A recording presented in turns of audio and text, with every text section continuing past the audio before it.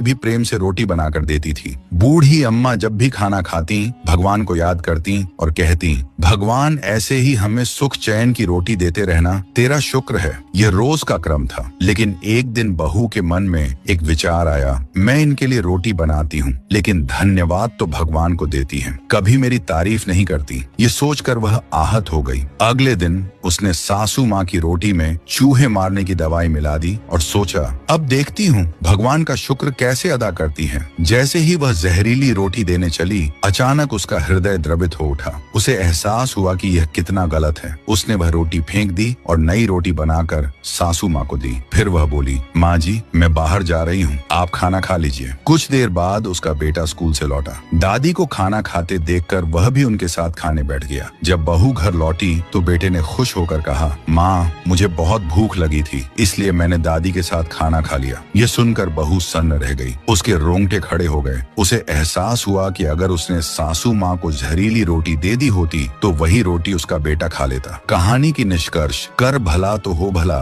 जो जैसा करता है वैसा ही फल पाता है।